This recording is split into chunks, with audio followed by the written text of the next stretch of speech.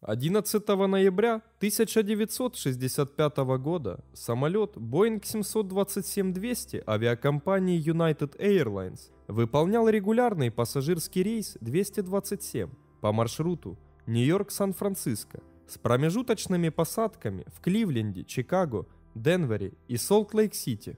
На борту лайнера находились 91 человек. В 10 часов 35 минут рейс 227 вылетел из аэропорта Ла-Гвардия, Нью-Йорк, и постепенно благополучно прибыл в аэропорт Степлтон, города Денвер, где произошла смена экипажа. В 16 часов 54 минуты самолет вылетел в Солт-Лейк-Сити и после набора высоты занял установленную высоту 9400 метров. Продолжительность полета должна была составить 57 минут. Управление самолетом на протяжении всего полета осуществлял командир воздушного судна. На подходе к аэропорту назначения экипаж связался с Центром управления воздушным движением в Солт-Лейк-Сити и запросил разрешение выполнить заход не через точку Прова, а через пересечение точки Лехи, которая находилась в 23 милях юго-восточнее аэропорта, то есть выполнить прямой заход с востока, а не с запада.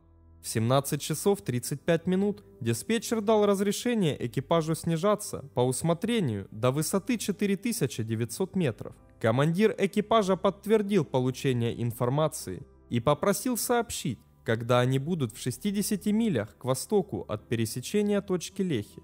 В 17 часов 38 минут диспетчер передал, что самолет в 60 милях восточнее точки Лехи, на что командир доложил: «Окей, мы начинаем снижение». В процессе снижения самолет прошел сквозь слой облаков, при этом была включена противообледенительная система двигателей. Когда рейс 227 находился в 5 милях юго-западнее точки Лехи, контроль за ним был передан диспетчеру подхода, который дал новое разрешение на продолжение снижения. Следуя на высоте 4800 метров в облаках, экипаж установил режим двигателей на малый газ и задействовал воздушные тормоза. В 17 часов 47 минут диспетчер передал: United 227 в 5 милях от маяка Ривертон. Выходите на посадочный курс, разрешен заход на посадку по системе ИЛС на полосу 3-4 левая. Затем диспетчер спросил о высоте, на что в 17 часов 48 минут с самолета доложили о начале снижения скорости полета до 460 км в час, а находятся они на высоте 3000 метров и видят взлетно-посадочную полосу. Тогда рейс 227 был передан диспетчеру взлета и посадки аэропорта, который в 17 часов 49 минут дал разрешение на посадку. С вертикальной скоростью 610 метров в минуту авиалайнер начал снижаться к полосе, хотя рекомендуемая вертикальная скорость для захода на посадки составляла 180 метров в минуту, а индикатор полета на ИЛС при этом полностью отклонился вниз. Примерно за 1,5 минуты до катастрофы на высоте 1980 метров второй пилот попытался замедлить снижение увеличением режима двигателей, но командир убрал его руки с рычагов управления двигателями и сказал: «Пока нет». Спустя секунд 20 на высоте 1600 метров второй пилот увеличил режим двигателей до половины. Однако увеличение тяги не последовало. Тогда командир взял управление и попытался поднять нос самолета, чтобы замедлить снижение. Одновременно второй пилот, независимо от командира, перевел двигатели во взлетный режим. Сидящие в хвостовой части стюардессы и пассажиры при этом услышали характерное увеличение оборотов двигателей. Примерно через 10 секунд снижающийся в посадочной конфигурации Boeing врезался в землю в 102 метрах от торца полосы 34-я левая. При ударе обе основные стойки шасси отделились, в результате чего фюзеляж упал задней частью на землю.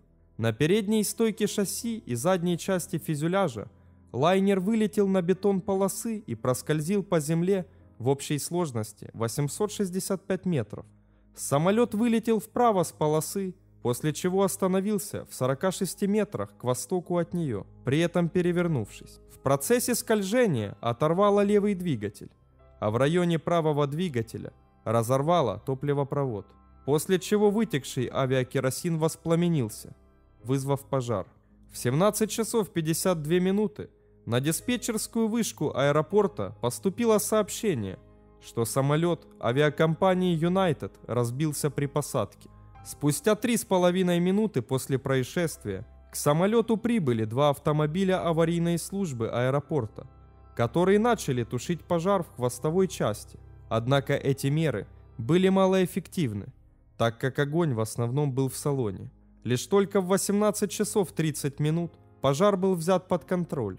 В результате пожара 43 пассажира погибли. Из них 2 умерли в больнице через несколько дней от ожогов и отравления дымом. Все 6 членов экипажа и 29 пассажиров были ранены. Остальные 13 пассажиров относительно не пострадали. Изучив летную историю командира экипажа, комиссия обнаружила интересные подробности из его прошлого. 10 января 1944 года он был повышен со 2-го пилота до командира еще винтовых самолетов, а 4 ноября 1960 года в рамках проведенной в авиакомпании программы обучения пилотов получил квалификацию пилота реактивных самолетов, первым из которых был Douglas DC-8. Однако еще во время наземной подготовки были отмечены проблемы с освоением материала, поэтому командира Гейла отправили на дополнительную подготовку, после чего только допустили к полетам. Во время проверок он показывал неудовлетворительные результаты по работе в экипаже, оценке и выполнению стандартных процедур, а также по выполнению посадки, которая была недостаточно мягкой. На основе таких результатов и рекомендаций пилота-инструктора 6 февраля 1961 года командира сняли с реактивных самолетов и перевели обратно на винтовой Douglas DC-6, на котором результаты проверок были уже выше среднего. В мае 1962 года пилота возвращают на реактивные самолеты. 2 января 1963 года Гейл провалил проверку по выполнению точного захода на посадку по приборам. В ходе данной проверки он в 2 заходах оказывался выше глиссады, полностью выпускал закрылки при работающих на малом газу двигателях, медленно увеличивал режим двигателей при уходе на 2-й круг, при этом доводил мощность двигателей только до 50%. Проведенная через 2 дня перепроверка показала уже удовлетворительные результаты. Обучение на Boeing 727 было начато в январе 1965 года, а 5 февраля 1965 года была присвоена квалификация на данный тип. Инспектор, который проверял командира во время слушаний, не мог вспомнить подробностей, хотя в целом результаты проверки оценил как ниже среднего.